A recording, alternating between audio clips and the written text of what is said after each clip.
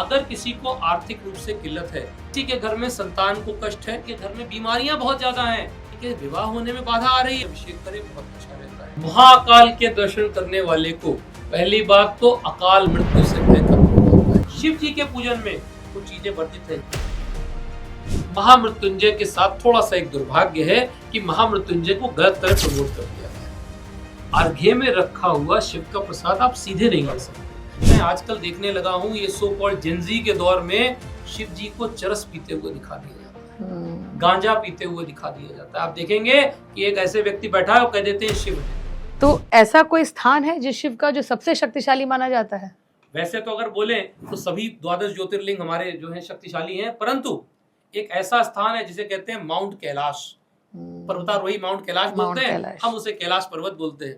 कह सकते हैं कि वो हमारे बाबा का बेडरूम है। तो आज तक किसी की क्षमता नहीं हुई, देसी बोली में बोले तो औकात नहीं हुई कि उस पहाड़ को कोई चढ़ पाए, जबकि उससे कहीं गुना बड़ा माउंट एवरेस्ट है, सब जाके चढ़ाई कर लिए। आज तक किसी की क्षमता नहीं हुई कि मेरे बाबा के रूम तक पहुंचे। ऐसी क्या शक्ति है वहाँ? क्योंकि हम भी देखते हैं जो कई लोग जो कैलाश यात्रा पे जाते हैं वो भी कुछ किलोमीटर दूर पे ही रोक दिए जाते हैं, वहीं से दर्शन करके वो लौट जाते हैं, जितना जानकारी है मुझे। ऐसी क्या शक्ति, क्या ऊर्जा है वहाँ पर? हम मानते हैं कि पहली बात तो वो ऊर्जा का केंद्र है, वो धरती की ऊर्जा का केंद्र है। और वहां पर कहते हैं कि उसके ऊपर से तो पहाड़ के कोई एरोप्लेन भी नहीं उड़ पाता। दुनिया के किसी गूगल मैप ने आज तक जूम करके नहीं दिखाया कि बाबा के रूम में क्या है। कई रिसर्च भी हुई है। हाँ, यहाँ तक देखा गया कि कुछ पर्वतारोहियों ने, अंग्रेज, ऐसा नहीं सिर्फ भारतीय, जो कि बिल्कुल मानते नहीं थे शिव जी को, उन्होंने हिम्मत करी चढ़ने की। कहते हैं कि चढ़े तो, पर 2.5 घंटे चढ़ने के बाद उन्होंने महसूस किया कि उनके नाखून बड़े होने लगे, उनके बाल सफेद होने लगे, उनकी दाढ़ी बढ़ने लगी, क्योंकि वहां पर टाइम की स्पीड अलग है। टाइम बेसिकली एक फैक्टर है। आप कभी ध्यान दीजिए, आप एरोप्लेन के अंदर होते हैं और रात का समय होता है, आपको एहसास नहीं होता समय क्या हो रहा है, फिर आप अपनी घड़ी देखते हैं या एरोप्लेन में देखते हैं क्या टाइम हो रहा है, क्योंकि टाइम बेसिकली आपको एहसास होता है एक रिलेटिव फिनोमिना में। वहां पर पहुंचने के बाद टाइम की स्पीड अलग है। तो एक तरह आप सरल भाषा में ये समझ लीजिए कि अगर आप धरती पर 100 साल जीते हैं तो कैलाश पर वो लगभग 10 घंटे के बराबर है। इसीलिए आज तक कैलाश पर कोई भी जीवित व्यक्ति रावण के अलावा नहीं जा पाया है। रावण को कहा जाता है कि वो शिव का सबसे प्रिय भक्त में गिना जाता है रावण को, लेकिन जो रावण की विचार थे, रावण का जो व्यक्तित्व था, जो हमने रामायण में भी पढ़ा है, वो बिल्कुल नेगेटिव था। तो रावण शिव भक्त क्यों कहे जाते हैं? महानतम शिव भक्त रावण, त्रैलोक की विजयी विश्वापुत्र आचार्य लंकेश, उनको रावण नाम भी भगवान शिव ने ही दिया था। नाम तो उनका लंकेश था, परंतु दशानन भी था, पर नाम जो दिया था वो भगवान शिव जी का दिया हुआ नाम है। सबसे बड़ी खासियत देवों के देव महादेव की क्या है? उन्हें कोई असर नहीं पड़ता कि तुम्हारा मन शुद्ध है कि अशुद्ध है। महत्व तो यह है कि तुम जिस समय मेरी पूजा करने आ रहे हो उस समय तुम्हारे विचार कैसे हैं। ये बिल्कुल सरल भाषा में ऐसे समझिए कि हमारे देवों के देव महादेव पूरी तरह अनबायस्ड है। वो राक्षसों के भी उतने प्रिय हैं जितने देवताओं के हैं। वो ऐसे लोगों के जिनके मन में व्यभिचार है, वो भी चाहे तो बाबा की शरण में आकर के अपने जीवन को बदल सकते हैं। इसीलिए बाबा को इससे कोई असर नहीं पड़ता कि आप किस जात धर्म से, किस संप्रदाय से, किस जेनरा से, किस स्पीशी से आते हैं, वो सभी के बाबा हैं। तभी आप देखेंगे कि बाबा के पूजन में रावण, जिसका कि बहुत ज्यादा चरित्र नेगेटिव दिखता है, परंतु महानतम शिव भक्त था। शिव जी से उसने बहुत सारी शक्तियां प्राप्त की, चंद्रहास खड़क किया, यहां तक कि देवों के देव महादेव के एक रूप की स्थापना भी की उन्होंने ज्योतिर्लिंग के रूप में। तो ये माना जाए कि रावण उनके प्रिय भक्तों में एक है। कहा जाता है कि आज तक के महानतम शिव भक्त हैं और शायद उनके जैसा शिव भक्त न जन्मा है न जन्मेगा। अच्छा डॉक्टर साहब, जब शिव की बात होती है तो उनके कई रूपों की बात होती है, उसी में एक रूप है उनका नटराज रूप। उसको, क्योंकि शिव को तो भोले भंडारी कहा जाता है, लेकिन उनका ये रूप, ये किस बात का प्रतीक है? सबसे मजेदार बात बाबा की यही है कि बाबा दुनिया के पहले डांसर हैं, दुनिया के पहले म्यूजिशियन हैं। तो जब तांडव रूप में आते हैं तो नटराज में आते हैं। आप देखेंगे दुनिया का कोई भी डांस गुरु क्यों ना हो, चाहे वो मुस्लिम समाज से भी आता हो, हमारे यहाँ सरोज खान जी थी, वो भी जब नटराज के सामने पहुंचती थी तो प्रणाम करती थी, क्योंकि यहाँ पर जात धर्म रीति से कोई असर नहीं पड़ता। आपको जब नृत्य करना है तो आप देखेंगे राग और रागनियों के एक ही स्वामी हैं जिन्होंने राग को उत्पन्न किया है। डमरू से ही सारे राग निकलते हैं। वो हैं देवों के देव महादेव, क्योंकि जब हमारे महादेव नृत्य करते हैं मैया के साथ, वो नृत्य होता है परफेक्ट डांस, तो वो एक सबसे अलग और वो एक ऊर्जा से भरा हुआ। विहंगम, अविस्मरणीय, अकल्पनीय। डॉक्टर साहब, भोलेनाथ तो भूत प्रेत के भी प्रिय हैं, और ये कहा जाता है जहाँ भोलेनाथ है वहाँ भूत प्रेत का वास होता है। बिल्कुल होता है। तो इससे क्या रिलेशन है? ये बिल्कुल ऐसे है कि अगर आपने देखा हो तो हमने एक कथा सुनी है जिसमें कि जब बाबा की बारात आई थी तो मैना देवी देख करके घबरा गई थी, मूर्छित हो गई थी कि ये भूत प्रेत चांडाल नाच रहे हैं और भस्म उड़ रही है और बैल पर बैठा हुआ एक आदमी आ रहा है। तो इसमें कोई भय की बात नहीं है। कारण क्या है कि बिल्कुल इससे आप समझ सकते हैं कि जिसको बोलते हैं ना डेमोक्रेसी, जो प्योर डेमोक्रेसी अगर कहीं किसी देवता के पास है तो वो डेमोक्रेसी आपको देखने को मिलती है देवों के देव महादेव के पास। वहां पर कीट पतंग राक्षस दानव मानव सभी हैं और सभी को बाबा पूरी तरह से संभाव से देखते हैं। इसीलिए आप देखेंगे कि भूत प्रेत भी उनके निकट होते हैं, परंतु जितने बाबा के भक्त हैं वो बिल्कुल ना डरें, भूत प्रेत उनका कुछ नहीं बिगाड़ते। अच्छा डॉक्टर साहब, देखिए जब हम लोग भगवान की बात करते हैं तो किसी भी भगवान का नाम लें, अगर आंख बंद करते हैं तो छवि बनती है सोने के गहने से लदे हुए, सुंदर से, खूब देखने में, और 56 भोग उनके सामने रखे हुए हैं और तरह तरह के फूल और उनसे श्रृंगार है। लेकिन जैसे ही हम आंख बंद करते हैं, भोलेनाथ का विचार करते हैं, तो एक औघड़ और भांग धतूरा प्रिय जिनका है, एक लोटे जल से ही वो खुश हैं, खुद छाल पहनते हैं, भस्म रमाते हैं, ये एक उनकी छवि है। तो क्या यही चीजें शिव को शिव बनाती हैं और सबसे अलग करती हैं? बिल्कुल यही चीजें उन्हें शिव बनाती हैं, क्योंकि यही सिंप्लिसिटी, यही साधारणता जीवन का वो उनको विशेष बनाता है। क्योंकि आप देखिए, जिस भांग को दुनिया ने त्यागा, जिस धतूरे को लोग कहते हैं अरे तो जहरीला है, जिस अकोड़े के पौधे को कहते हैं अरे इसका दूध निकल आया आंख में लग जाएगा अंधे हो जाओगे, वो मेरे बाबा को स्वीकार है। तो जो चीजों को लोगों ने तिरस्कृत किया, जिसको भी लोगों ने कहा रे बेकार है, यूजलेस है, हर उस यूजलेस चीज को बाबा ने स्वीकार किया है। तो इसके पीछे क्या संदेश है? ये इसके पीछे संदेश यही है कि दुनिया में कोई भी चीज बेकार नहीं है। There is nothing useless. आपने देखा है कि चंडीगढ़ में एक नेकचंद का गार्डन है, रॉक गार्डन, जहां उन्होंने बहुत सारी ऐसी चीजें ली जो कि यूजलेस थी, उनसे उन्होंने क्रिएटिविटी दिखाई। तो मेरा ये मानना है कि देवों के देव महादेव एक परफेक्ट एग्जाम्पल है कि आपके जीवन में जिस चीज को भी आप बेकार समझते हैं, यूजलेस समझते हैं या जिसका आप तिरस्कार करते हैं, ऐसा बिल्कुल ना करें। क्यों? क्योंकि जो भी प्रकृति ने बनाया है वो सुंदर है, उसी में शिव है और वही सत्य है। अच्छा, 12 ज्योतिर्लिंग का एक गोल्डन रेशियो है डॉक्टर साहब, वो क्या है, थोड़ा उसके बारे में बताएं। और अक्सर हम लोग भी देखते हैं कि बताते हैं कि जो 12 ज्योतिर्लिंग है वो सब एक रेशियो में बने हुए हैं, उसके पीछे का क्या है? आदि शंकराचार्य जी ने ये सारे जो हमारे ज्योतिर्लिंग थे उनको प्रॉपर विधि विधान से वहां पर आप देखेंगे श्रीयंत्र की भी स्थापना करी। तो मानते ये हैं कि अगर आप कभी देखेंगे तो हमारे 12 ज्योतिर्लिंग का जब आप एक कंबाइंड कॉम्बिनेशन बनाते हैं तो बनता है कॉन्च के शेप में, यानी शंख के शेप में, और एक गोल्डन रेशियो बनता है। और इस गोल्डन रेशियो में ऊर्जा के कॉन्सेंट्रेशन का सीक्रेट छिपा हुआ है। आप कह सकते हैं कि ये वो 12 न्यूक्लियर रिएक्टर हैं जो भारत भूमि को ही नहीं पूरी दुनिया को एनर्जी देते हैं, और यहाँ की जो एनर्जी कंट्रोल है वो धरती को स्टेबलाइज करता है। इसलिए बिल्कुल ये बहुत इंपॉर्टेंट है और ये प्रॉपर सीक्वेंस में है, ये रेशियो में है। ऐसा नहीं है कि एक इधर है एक उधर है, बाकायदा एक सीक्वेंस में आप देखेंगे तो एक फॉर्मेशन बनेगा, स्पाइरल फॉर्मेशन बनेगा, और आपको देख करके लगेगा जैसे एक शंख रखा हुआ है। इसी को गोल्डन रेशियो कहा जाता है। इसका बहुत महत्वपूर्ण रोल है। अच्छा, जब भोलेनाथ के श्रृंगार की बात आती है तो उनको सबसे प्रिय गहनों में रुद्राक्ष है, लेकिन रुद्राक्ष को लेके भी कई मिथ है, 1 मुखी, 2 मुखी, 3 मुखी, 4 मुखी। क्या हर मुखी का अपना अपना महत्व है? बिल्कुल मानते हैं कि देवों के देव महादेव का जो प्रिय हम लोग फल मानते हैं, जो हम लोग धारण करते हैं आशीर्वाद स्वरूप, वो है रुद्राक्ष। मानते हैं कि रुद्राक्ष 1 मुखी से लेकर 28 मुखी तक पाया जाता है, ऐसा शिव महापुराण में लिखा है। परंतु मैंने आज तक 22 मुखी तक ही देखा है, और 1 मुखी रुद्राक्ष इसमें से जो है वो दुर्लभ है, वो नहीं मिलता। उसके नाम पे मूर्ख बनाया जाता है, 2 मुखी को काट करके या एडिट करके बना देते हैं, ये सब नकली है। तो कृपा करके पहले उसको टेस्ट करें, टेस्ट करने के बाद ही रुद्राक्ष को धारण करें। कारण क्या है, पंचमुखी तो साधारणता मिल जाता है, परंतु 1 मुखी में सबसे ज्यादा फ्रॉड होता है। 1 मुखी के नाम पे मूर्ख बनाया जाता है। तो अगर आम हम जैसे लोग अगर रुद्राक्ष धारण करना चाहें तो कौन सा रुद्राक्ष सही रहता है, कौन से मुख का लेना चाहिए रुद्राक्ष सबसे बड़ा? माताएं बहनों को पंचमुखी रुद्राक्ष छोड़ करके कोई भी मुखी धारण कर सकती है। अच्छा। पुरुषों के लिए सभी मुखी अलाउड है। और जब आप रुद्राक्ष धारण करें तो ध्यान रखें कि उस रुद्राक्ष की एक्सरे करा लीजिए। जैसे आप दांतों का एक्सरे, हड्डी का एक्सरे कराते हैं ना, अच्छा, ऐसे एक्सरे रुद्राक्ष को ले जाइए, कैसे? एक्सरे मशीन में रखवा दीजिए, एक्सरे में दिखाई दे जाएगा कि जितने मुख ऊपर है उतने अंदर बीज है कि नहीं। पंचमुखी का मतलब होता है अंदर उसमें 5 मुख हैं। ओ। 7 मुखी का मतलब है 7 कॉटिलिडन। अच्छा, हम लोग अमूमन रुद्राक्ष को देखते हैं जो उसमें लाइंस बनी होती जी। है, उससे गिनते तो हैं वो लाइन बाहर भी होंगी, वही बीज अंदर भी होंगे अगर ओरिजिनल है। यस। अगर अष्टमुखी रुद्राक्ष है तो वो 8 कॉटिलिडन है, ऑक्टा कॉटिलिडन है, यानी उसमें अंदर 8 पार्टीशन भी होंगे।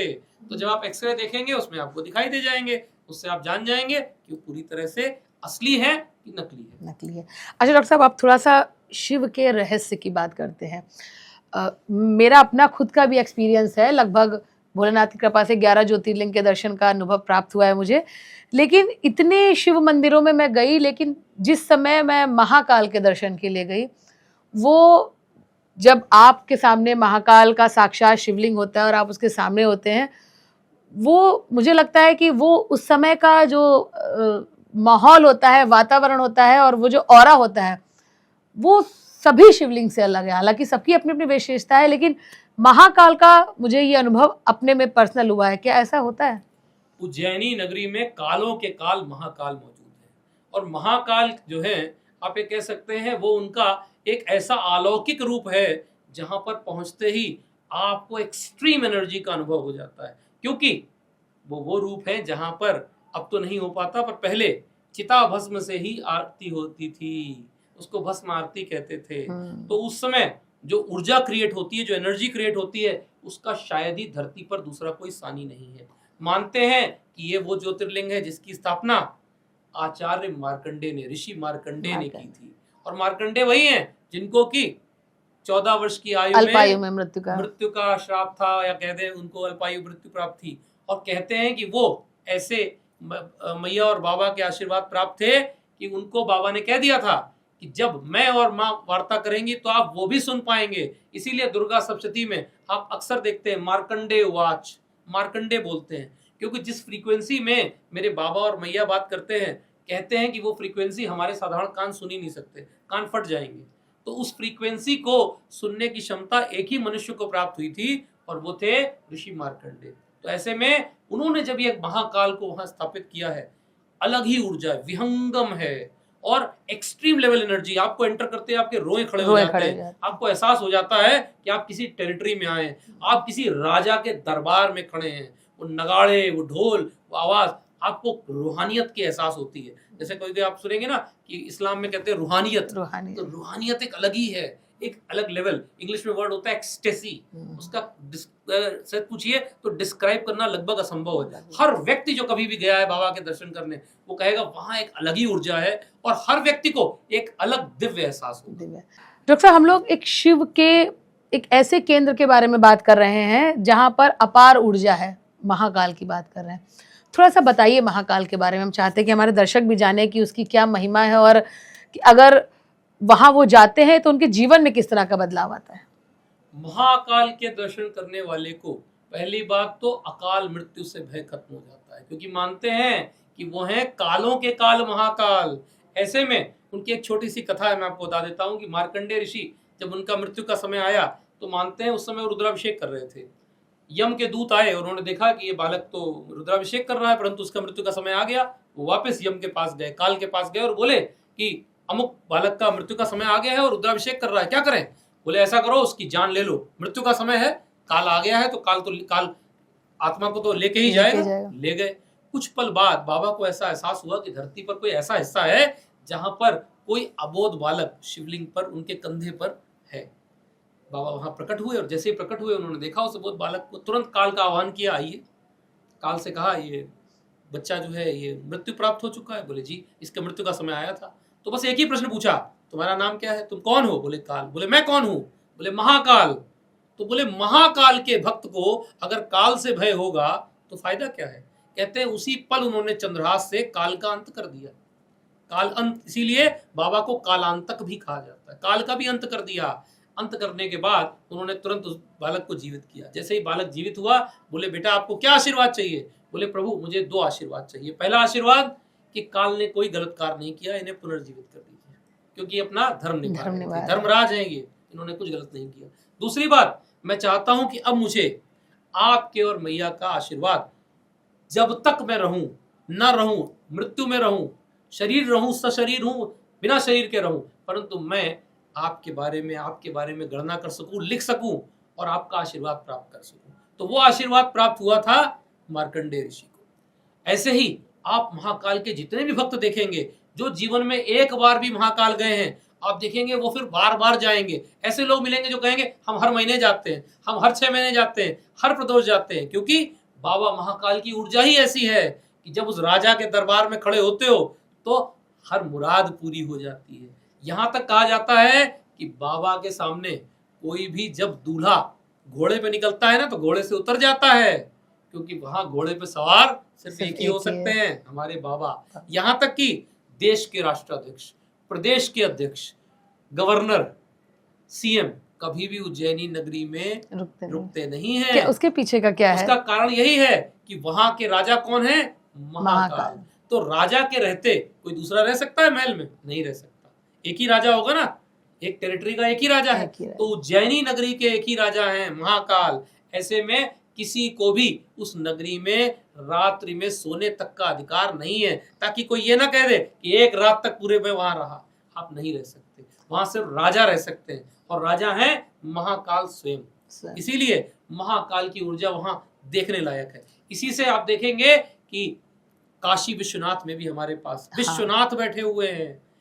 जो लोग वहां गए हैं उज्जैन नगरी, आप उनसे देखेंगे वो कहेंगे हम वहां गए और वहां से आने के बाद हमारे अंदर से प्रेरणा आई कि एक बार बाबा विश्वनाथ के दर्शन करो, क्योंकि विश्वनाथ वहां बैठे हैं जिस नगरी का नाम है काशी। और कहते हैं काशी त्रिशूल की धुरी पे स्थापित है। इस नगरी का वर्णन ऋग्वेद में भी था, आज भी है, और काल के अंत तक जिस समय प्रलय आएगी, आखिरी नगर जो होगा वो काशी होगा।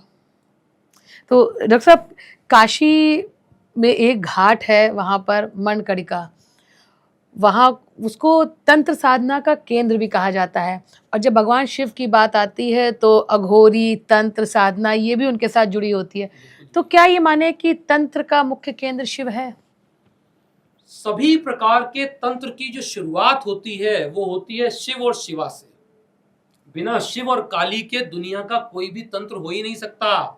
जब मेरी मैया महाकाली का आह्वान किया जाता है और देवों के देव महाकाल का आह्वान किया जाता है, तभी आप तंत्र कोई भी सिद्ध कर सकते हैं। और हमारे हर ज्योतिर्लिंग के निकट एक शमशान घाट होना जरूरी है, क्योंकि हमारे बाबा कहाँ भ्रमण करते हैं? शमशान में। आप इसको सरल भाषा में समझिए। आप कभी इलेक्ट्रॉनिक कॉन्फ़िगरेशन देखिएगा, कक्षा 5-6 का बच्चा आपको बताएगा, उसमें एटम होता है, एटम में जो इलेक्ट्रॉन होता है उसका नेगेटिव चार्ज है और वो ऑर्बिट में बाहर होता है। उसी प्रकार किसी भी शहर के बाहरी इलाके में, नदी के किनारे मेरे बाबा का मंदिर पाया जाता है, और प्रोटॉन जो पॉजिटिव चार्ज है, यानी हमारे विष्णु भगवान, शहर के बीचों बीच पाए जाते हैं। इसीलिए आप देखेंगे शिव जी के बहुत से मंदिर पहाड़ों में बिल्कुल शमशान के निकट होंगे, और वहां शमशान होना जरूरी है, क्योंकि शमशान की ऊर्जा और शिव जी की ऊर्जा एक दूसरे की पूरक है। क्योंकि शिव का जितने पूजन करने वाले हैं उसमें सबसे प्रिय उनके सबसे भक्त कौन बन जाते हैं? वो बन जाते हैं जिनके अंदर आ जाता है औघड़त्व, यानी औघड़पन, मस्ती आ गई, अल्हड़पन आ गया, अद्वैत का सिद्धांत फॉलो करने वाले। अच्छा डॉक्टर, ये भी कहा जाता है कि जो क्या ये सच है ऐसा कि जो शिव की आराधना करते हैं तो उनको मांस, मदिरा, इन सब से दूर रहना चाहिए या इनका सेवन नहीं करना चाहिए, ऐसा? पहली बात तो ये कहीं नहीं लिखा, क्योंकि आप देखेंगे शिव जी के एक भक्त का जो कम्युनिटी है वो है औघड़। औघड़ मांस भी खाता है, वो मदिरा भी लेता है, और चूंकि वो अद्वैत का सिद्धांत फॉलो करता है, वो मानता है कि वो भोला है। जैसे एक छोटा सा बच्चा होता है, आपने देखा होगा, हम लोग जब कन्या पूजन करते हैं, कुछ करते हैं, तो हम कहते हैं छोटे बच्चों को बुलाओ, वो भोले हैं, वो बच्चियां भोली हैं, तो भोलेपन में होते हैं। तो कभी कभी आपने देखा होगा छोटा सा भोला बच्चा है, वो पशु पक्षियों के साथ भी खेल रहा है, वो कभी कभी भिष्टा में, मलमूत्र में भी खेलने लग जाता है, उसको पता ही नहीं है कि मलमूत्र है, क्योंकि उसके अंदर भेद का भाव ही नहीं है। धीरे धीरे हम क्या करते हैं, हम उसके अंदर ज्ञान डालते हैं, भेद डालते हैं, ये बुरा है, ये अच्छा है। पर आपने ध्यान दिया, ये बुरा अच्छा होने के बाद हम उसको भोला नहीं बोलते, अब उसका भोलापन गायब हो गया। तो शिवत्व में भोलापन है, क्योंकि मेरे बाबा को भोले भंडारी भी बोलते हैं। तो बाबा के कुछ भक्त हैं जो बिल्कुल भोले हैं, वो भोले हैं औघड़ रूप में, उन्हें कोई असर नहीं पड़ता। आप उनके सामने कुछ भी खाना रख दो, खाना भी ना रखो, आप मांस रख दो, आप पत्ते रख दो, आप फूल रख दो, वो कुछ भी खा लेंगे। कारण कि उनका जो भाव है वो भाव है समभाव का, अद्वैत का सिद्धांत। वहां ना कुछ अच्छा है ना बुरा है। ऐसे भी लोग मिलेंगे आपको जो कभी कभी मदिरा का भी पान करते हैं, कुछ लोग नशे का भी प्रयोग करते हैं, चरस गांजा अफीम का भी प्रयोग करते हैं, क्योंकि बाबा के पूजन में कोई भी प्रोटोकॉल नहीं चलता, एवरीथिंग इज फ्री। बस एक चीज इंपॉर्टेंट है, भक्ति भक्ति भक्ति। हाँ, अच्छा डॉक्टर साहब ये बताइए, जैसे 12 ज्योतिर्लिंग हैं, थोड़ा अगर बता सके हमारे दर्शकों को कि हर ज्योतिर्लिंग का अपना क्या महत्व है। 12 ज्योतिर्लिंग का अलग अलग महत्व है। जैसे सबसे पहले स्टार्ट होता है सोमनाथ। तो सोमनाथ जो हैं वो सोम के नाथ हैं, यानी कि चंद्रमा के नाथ हैं। जिनकी कुंडली में चंद्रमा कमजोर है, अगर वो सोमनाथ के दर्शन करते हैं तो फिर चंद्रमा का एनर्जी बैलेंस हो जाती है। तभी कहते हैं सौराष्ट्रे सोमनाथंच। फिर हमारे पास श्रीशैल जो इलाका है वहां पे मल्लिकार्जुन ज्योतिर्लिंग के जो लोग दर्शन करते हैं वो लोग नोटिस करेंगे कि अगर उनके जीवन में किसी भी प्रकार के नेगेटिव थॉट्स विचार आ रहे हैं तो वो खत्म हो जाते हैं। ऐसे ही आप देखेंगे हमारे यहाँ एक ज्योतिर्लिंग है जिसे हम कहते हैं भीमाशंकर। भीमाशंकर में जो भी दर्शन करेगा उसको किसी भी तरह का भय नहीं हो सकता। हमारे यहाँ एक ऐसे ही ज्योतिर्लिंग है जिसको हम नाम देते हैं रामेश्वरम, यानी कि राम के ईश्वर जहां मौजूद हैं वहां पर जो भी पूजन करेगा उसको किसी भी तरह से युद्ध में या किसी भी कोर्ट कचहरी के मामले में हार नहीं मिल सकती। हमारे पास है बाबा महाकाल जो कि अकाल मृत्यु के भय को दूर कर देते हैं। हमारे पास बाबा विश्वनाथ हैं जो विश्व के नाथ भी हैं, और साथ में अगर किसी के मैरिड लाइफ में प्रॉब्लम है, किसी के पर्सनल रिलेशंस खराब हैं, वो सब ठीक हो जाएंगे। ऐसे ही हमारे पास बाबा का एक कृष्णेश्वर ज्योतिर्लिंग भी है। कृष्णेश्वर ज्योतिर्लिंग के बारे में कहा जाता है कि कृष्णेश्वर ज्योतिर्लिंग में जो व्यक्ति पहुंच गया उसके शरीर में अगर कोई भी ऐसी व्याधि है जो उसे पता भी नहीं है, उसका भी इलाज हो जाएगा। ऐसे ही हमारे पास बाबा का एक त्र्यंबकेश्वर ज्योतिर्लिंग है त्र्यंबक में। तो त्र्यंबकेश्वर ज्योतिर्लिंग के बारे में कहते हैं कि उसके दर्शन मात्र से, पूजन मात्र से काल सर्प दोष खत्म हो जाता है। ऐसे ही हमारे पास बाबा का आप देखेंगे केदार रूप है। केदार में उनका जो शेप है वो बड़ा अजीब है, क्योंकि नॉर्मली हम शिवलिंग रूप में देखते हैं, परंतु वो ऐसी जगह है जहां आपको लगेगा जैसे भैंसे का पृष्ठभाग है। वहां पर पूजन करने से आपके शरीर में अगर किसी प्रकार से भी कहीं गांठ बन रही है, कहीं डिफॉर्मिटी हो रही है, वो दूर हो जाती है। इस प्रकार आप देखेंगे 12 ज्योतिर्लिंग की बहुत महिमा है। जागेश्वर ज्योतिर्लिंग है, अगर किसी को इंसोम्निया की प्रॉब्लम है, वो रात रात में जाग जाता है, डर जाता है, जागेश्वर ज्योतिर्लिंग दर्शन करिए, आप देखिए आपकी पीसफुल नाइट होने लगेगी। तो बहुत ऊर्जा हमारे यहाँ है। और एक और हमारे यहाँ 12 ज्योतिर्लिंग के अलावा जिसको बहुत महत्व दिया गया है वो है पशुपतिनाथ, जो कि बैठे हुए हैं कहाँ, नेपाल में कष्टमंडूप में, काठमांडू जिसको बोलते हैं, काठ के मंडप के नीचे। तो वो भी क्योंकि मानते ये हैं कि हमारे बाबा केदार और कष्टमंडूप ये दोनों जो रूप है ये कहीं ना कहीं एक दूसरे के पूरक है। अच्छा, जैसा अभी आपने सवाल किया, यही मेरा अगला सवाल था कि जैसे कहा जाता है कि जो केदारनाथ के दर्शन करके आए वो पशुपतिनाथ के दर्शन जरूर करे, तो क्या ऐसी मान्यता है कि दोनों के दर्शन का एक फल जरूर मिलता है? हाँ, मानते हैं कि जब एक कथा आती है महाभारत काल की जहाँ पर जब इसी तरह से ओमकारेश्वर और ममलेश्वर के लिए कहा जाता है जी, ऐसी कथाएं आती हैं, क्योंकि होता क्या है कभी कभी हमारे यहाँ दो ऊर्जा आपस में जुड़ी हुई है। इसको सरल भाषा में ऐसे समझिए कि जब आप एक सेलफोन खरीदते हैं तो आपसे कह देता है कि इसका बेस्ट कंपैटिबल चार्जर ये है, तो ये ले लीजिएगा तो बढ़िया चार्ज होगा। वैसे तो चार्ज हो ही जाएगा पर ये परफेक्ट कंपैटिबल चार्जर है। बिल्कुल वैसे ही बाबा के भी कुछ मंदिरों की ऊर्जा आपस में जुड़ी है। जैसे कि हम कह सकते हैं बाबा केदार और कष्टमंडूप जो बाबा पशुपतिनाथ हैं, दोनों की ऊर्जा आपस में जुड़ी हुई मानी जाती है। डॉक्टर साहब थोड़ा सा ये बताइए कि ये कहा जाता है कि जो शिव के भक्त होते हैं तो वो तंत्र साधना में भी उनका रहता है, तो क्या ये माना जाए कि जो शक्ति की तंत्र साधना और शिव की तंत्र साधना बिल्कुल अलग है? नहीं, बिल्कुल एक है। दोनों एक दूसरे के पूरक है, कोई अंतर नहीं है। मैंने बोला ना, शिव के बिना शक्ति नहीं, शिव के बिना शक्ति नहीं, और शक्ति के बिना शिव नहीं। क्यों? क्योंकि ये दोनों एक दूसरे के कॉम्प्लीमेंट्री हैं, ये अलग है ही नहीं। जिस समय आप शिवलिंग का पूजन करते हैं, अर्घ्य में आप पूजन करते हैं मैया महाकाली का, और शिवलिंग रूप में आप पूजन करते हैं देवों के देव महादेव का। ये दोनों एक दूसरे के पूरक हैं, और तंत्र शास्त्र मैया के पूजन का और शिव जी के पूजन का एक अभिन्न अंग है। बिना तंत्र शास्त्र के बाबा के पूजन का अगर आप कहें जो हमें ऊर्जा पानी है, वो हम पा ही नहीं सकते। तंत्र शास्त्र का प्रयोग करना ही पड़ेगा, पर तंत्र भी डिपेंड करता है, आप सात्विक तंत्र कर रहे हैं कि तामसिक तंत्र कर रहे हैं। रघु, शिव का एक मंत्र है शावर मंत्र, शायद आपने सुना होगा, और आजकल तो रील्स भी बड़ा बन रही हैं उसको लेकर। आदेश। तो क्या है वो आदेश? पहली बात तो शिव जी के पूजन में मैंने बोला कोई विधान नहीं है, और सबसे अच्छी बात क्या है कि इसी में से एक संप्रदाय हमारे यहाँ उठता है जिसको कि हम गोरक्षनाथ बाबा के रूप में देखते हैं। मत्स्येंद्र नाथ जी ने वहां पे कुछ मंत्रों का लेखन किया है। इन मंत्रों की सबसे बड़ी खासियत यह है कि ये मंत्र शिव जी, माँ काली, भैरव जी और हनुमान जी से ही रिलेटेड है, और इनमें हम भगवान को दुहाई भी देते हैं। कहीं कहीं इनका आदेश बोला जाता है। आप देखेंगे कि कहीं कहीं कहा जाएगा, मैया का नाम लेंगे, मैया का मंत्र बोलेंगे, तो कहेंगे अगर माँ ने नहीं सुनी तो शिव जी की जटा में अग्नि लग जाएगी, त्रिशूल थूथर हो जाएगा। मतलब एक तरह से ये भक्ति की वो पराकाष्ठा है जहां भक्त भगवान को भी चैलेंज कर रहा है, आदेश कर रहा है, भगवान से कह रहा है भगवान तुम्हें सुनना पड़ेगा, नहीं सुना ध्यान रखना।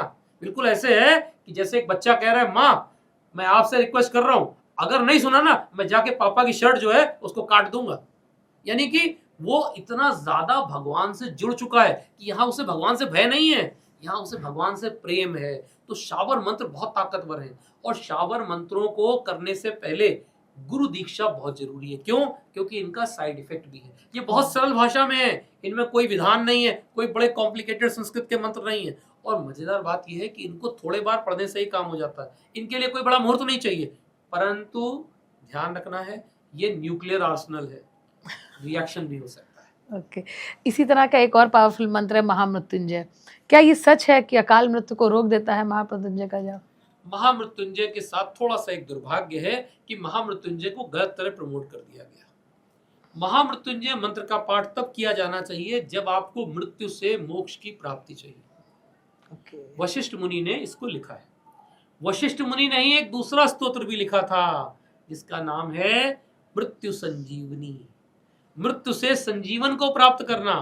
तो यदि आपको अकाल मृत्यु के भय से बचना है, या फिर आपको चली आ रही है लंबी बीमारी, तो बहुत ज्यादा कष्ट है और लग रहा है कि मौत बहुत निकट है, परंतु मुझे कालों के महाकाल से आशीर्वाद चाहिए, तो ऐसे में मृत्यु संजीवनी का पाठ करिए। डॉक्टर साहब, ये कहा जाता है कि भोलेनाथ का वास शमशान ही है, तो क्यों शमशान में ही क्यों वास करते हैं भोलेनाथ? भोलेनाथ का वास हम 3 जगह मानते हैं।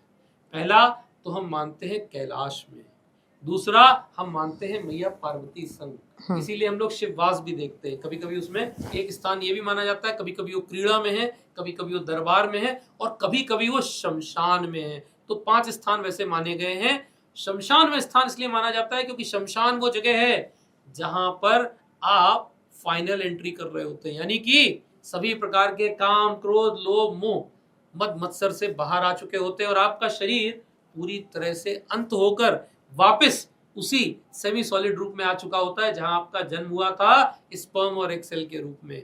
तो बिल्कुल शिव को वही पसंद है जहां पर अंत हो, क्योंकि कहते हैं ना अंत ही आरंभ है, अंतस्ते आरंभ, तो अंत ही आरंभ है। शिव ही आरंभ है, शिव ही अंत है, वही आदि है, वही अनंत है।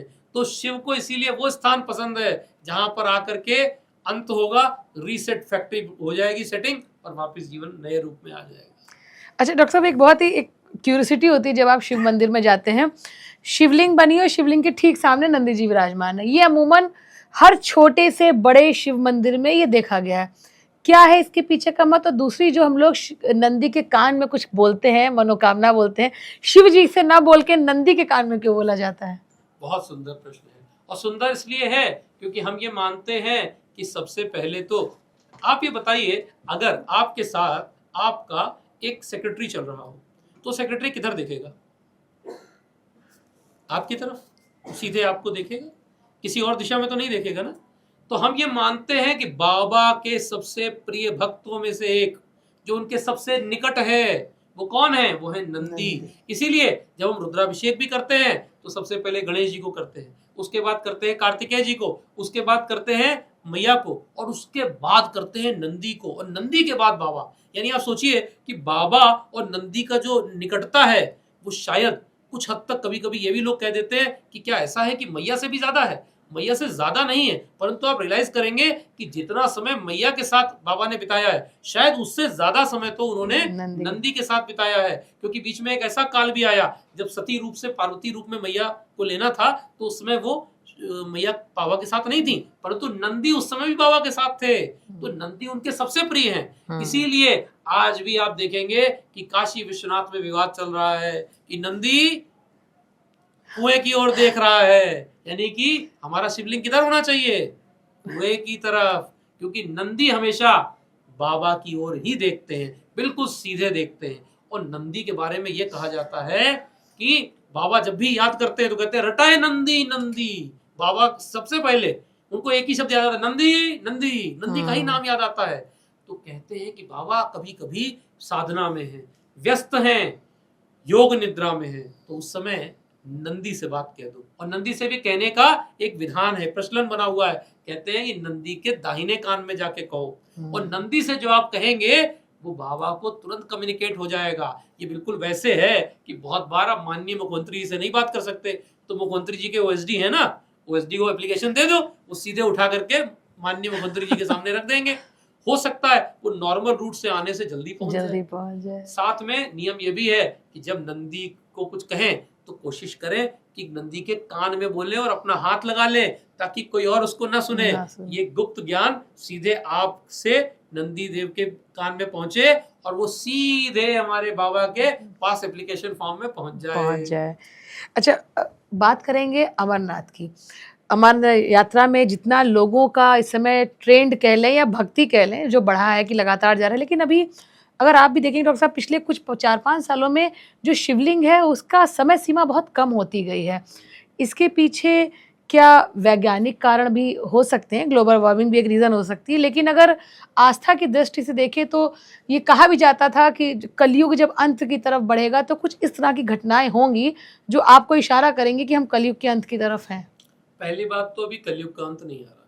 कलयुग 6 लाख अधिक सालों का है, 6,94,000 साल से अधिक का है। तो अभी हम 6,000 साल क्रॉस नहीं हुए, तो कलयुग तो भी बहुत दूर है। दूसरी बात कि मेरा ये मानना है कि कहीं ना कहीं इसके पीछे सिर्फ और सिर्फ प्राकृतिक कारण है, जिनको हम ग्लोबल वार्मिंग या अन्य रूप में देख सकते हैं, जिसके कारण कहीं ना कहीं वो जो आकृति बनती थी वो नहीं बन पा रही है। क्योंकि इस पे हम कोई भी वहम ना लाएं कि बाबा का रूप जो है शांत हो गया है, क्योंकि हम तो शिव को निराकार साकार सभी रूपों में पूजते हैं। तो भले वहां शिवलिंग का आकार ना दिख रहा हो, बाबा बर्फानी तो दिख रहे हैं ना, बर्फ तो दिख रही है ना, तो निराकार रूप में भी वहां मौजूद है। क्योंकि कई जैसे श्रद्धालु जब वहां पहुंचे तो उनमें ये मायूसी भी हुई, क्योंकि वो चाहते थे कि उनका दर्शन हो। तो क्या ऐसा कुछ नहीं है, जगह पे पहुंचने की मान्यता भी है? बिल्कुल ऐसे है कि आप मान लेते हैं पहुंचे अपने पिताजी से मिलने, और पिताजी बाय चांस उठ करके दूसरे कमरे में चले गए, तो ऐसा नहीं है कि पिताजी का वो कमरा नहीं है।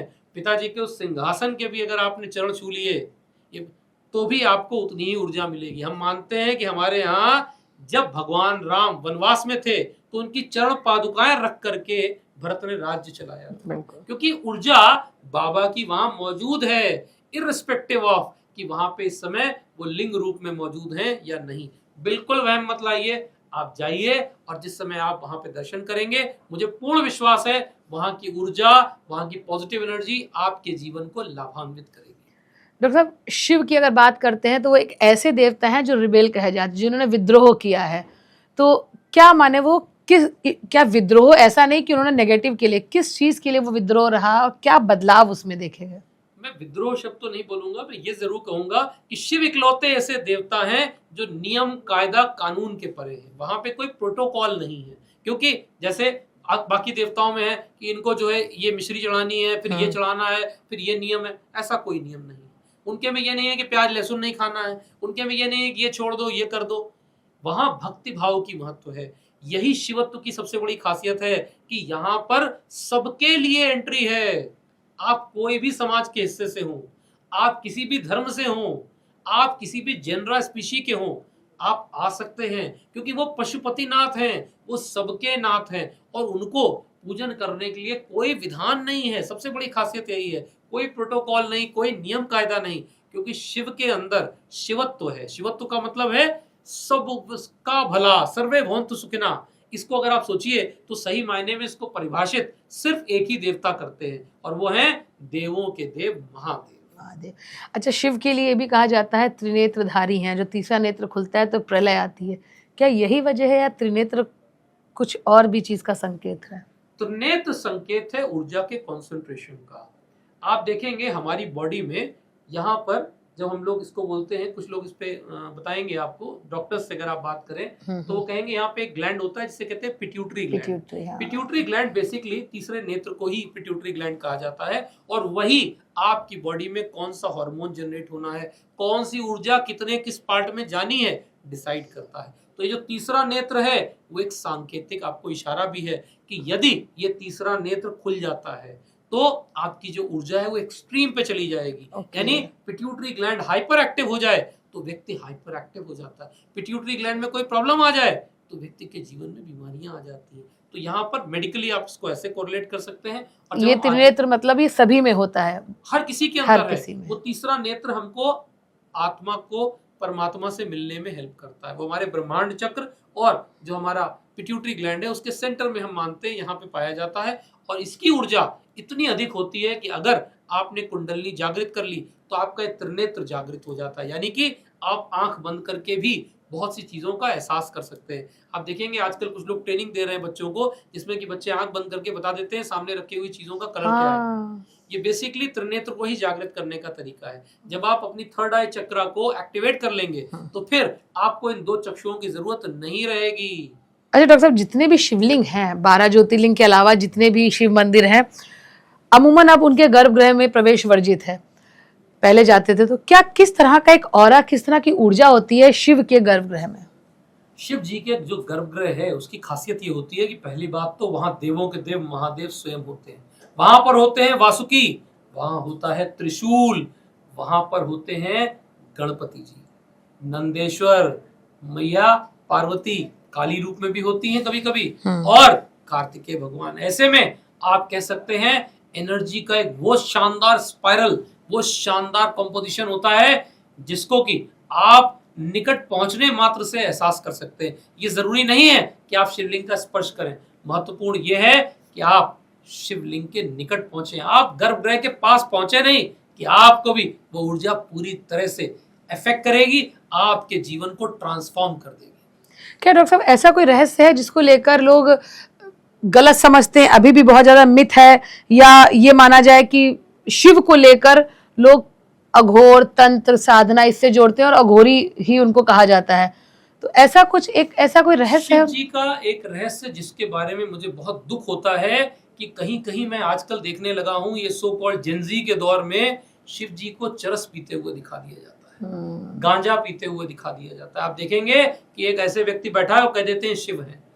AI एनिमेटेड जो बहुत ही मतलब निकृष्ट कार्य है, क्योंकि पहली बात ना तो मेरे देवों के देव चरसी हैं ना वो गंजेड़ी हैं। वो अगर भांग पीते भी हैं तो वो भांग इसलिए लेते हैं क्योंकि वो नीलकंठ हैं, हलाहल विष उनके आज भी शरीर में है, परंतु कहीं भी उनको चरसी या गंजेड़ी के रूप में या मदिरा पान के रूप में नहीं दिखाया जाता। इसलिए जहां पर भी आप ऐसा देखें या कोई भी ऐसी आपको जानकारी या कोई इमेज देता है तो कृपा कर उसका विरोध करें, क्योंकि शिव के अंदर तमस है परंतु वो तमस भी पवित्रता से परिपूर्ण है, वहां पर अपवित्रता नहीं है। डॉक्टर साहब, क्या सावन का समुद्र मंथन से कुछ संबंध है? बिल्कुल है, मानते हैं कि ये वही महीना था जब समुद्र मंथन प्रारंभ हुआ था। इसलिए श्रावण के महीने में आप देखेंगे कि ऊर्जाएं बढ़ जाती हैं। समुद्र के अंदर वो जो मंथन हुआ था उसकी वाइब्रेशन आज भी सावन के महीने में समुद्र के अंदर फील की जाती है। ज्वार भाटे आते हैं, आप देखेंगे धरती पर सबसे ज्यादा ज्वार भाटों की जो हाइट होती है वो श्रावण के मास में होती है। आप देखेंगे इस दौरान धरती के बहुत से हिस्सों में अर्थक्वेक आते हैं, इस दौरान सुनामी आती हैं, क्योंकि इस समय आज भी वो एनर्जी धरती के नीचे वाइब्रेशन क्रिएट करती है सावन के दौरान। यस। अच्छा डॉक्टर साहब, एक आखिरी सवाल हम चाहते हैं कि इसको आप थोड़ा सा हमारे दर्शकों को बताएं कि जो शिव के उपासक होते हैं, जो शिव की भक्ति करते हैं, ये कहा जाता है कि उन्हें कष्ट बहुत मिलते हैं, क्या ऐसा कुछ है? मैंने एक बार ये प्रश्न मैया से साक्षात्कार में पूछा। मैंने कहा माँ ये बताइए कि आपके जितने भक्त होते हैं इनको मैं क्या मानूं, क्योंकि मैंने जब भी विष्णु भगवान के कोई मंदिर में देखा तो बाहर बड़ी महंगी महंगी गाड़ियां देखी। हाँ, यानी मैं कभी कभी ये कहता भी हूँ, हालांकि कहना कितना सही है गलत है मैं नहीं बोलूंगा, पर मेरा ये मानना है कि श्री हरि जो है करोड़पतियों के भगवान है और मेरे बाबा करोड़पतियों के देवता है। तो आप जितने भी साधारण लोग देखेंगे जो कि समाज के बहुत साधारण तबके से भी आते हैं, उनके भी पशुपतिनाथ जरूर हैं। ऐसे में ये बात सत्य है कि बाबा की जो भी साधना करता है उसमें बाबा परीक्षा जरूर लेते हैं। कठोर है, मेरे बाबा भोले हैं, पर ये जान लीजिए जैसे एक छोटे से भोले बच्चे को बैठाल करके पढ़ाना बड़ा कठोर कार्य होता है। एक स्थान पे डालिए, तो छोटा सा भोला बच्चा है, उससे कहिए बेटा लिखो, तो लिखने में आपको कलम भी पकड़नी पड़ती है, बड़ी मेहनत करनी पड़ती है। कभी जो ये किंडरगार्टन की टीचर्स होती है उनसे पूछिए, थक जाती हैं। बिल्कुल। उनको जो पढ़ाने में वो मेहनत करती है शायद सीनियर क्लास के टीचर नहीं करते। बिल्कुल वैसे ही मेरे बाबा तो भोले हैं, पर ये जान लीजिए मेरे भोले बाबा का साधन करना यानी उनकी सिद्धि करना उतना ही कठोर है। और उनके पूजन में, उनके तप में आपको कठोर से कठोर समय झेलना पड़ेगा। और जब उस कठोर तप में तप करके आप स्वर्ण के रूप में बाहर आएंगे, तब बाबा का आशीर्वाद आपको जरूर मिलेगा। अच्छा डॉक्टर साहब, जैसे ये कहा जाता है 12 ज्योतिर्लिंग जाने से फल मिलता है, 12 ज्योतिर्लिंग आपको अपने जीवन काल में पूरे करने हैं, लेकिन अगर कोई बीमारी वश या आर्थिक स्थिति इतनी अच्छी नहीं है जो 12 ज्योतिर्लिंग नहीं जा पाते हैं, तो वो किस शिव मंदिर में जाएं जहां उनको 12 ज्योतिर्लिंग का फल मिले? बहुत सुंदर प्रश्न है भी। किसी भी ज्योतिर्लिंग के दर्शन यदि आप करने में नहीं क्षमता है, शारीरिक रूप से, आर्थिक रूप से, मानसिक रूप से, पारिवारिक रूप से, तो जान लीजिए आपके लिए 12 ज्योतिर्लिंग स्तोत्र की रचना की आदि शंकराचार्य ने। आपको करना क्या है, 12 बेलपत्र लेने हैं, किसी भी शिव मंदिर में बैठ जाना है सच्चे मन से, और एक एक ज्योतिर्लिंग का नाम लेते हुए आपको वो अर्पित करना है। 12 ज्योतिर्लिंग 12 ज्योतिर्लिंग का आपको फायदा मिल जाएगा। दूसरा एक तरीका और है, अगर आप कलकत्ता जाते हैं या कलकत्ता में रहते हैं तो मेरी मैया का वहां एक स्थान है जिसे कहते हैं दक्षिणेश्वर काली मंदिर।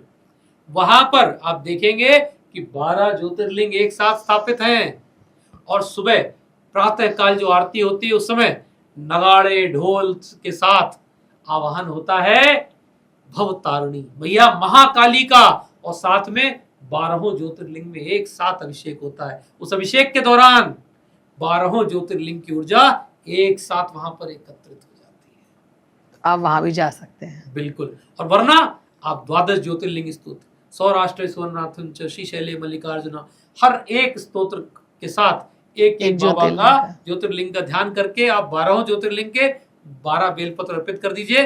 पूरा लाभ आपको बाबा का पूरी तरह से आशीर्वाद मिलेगा।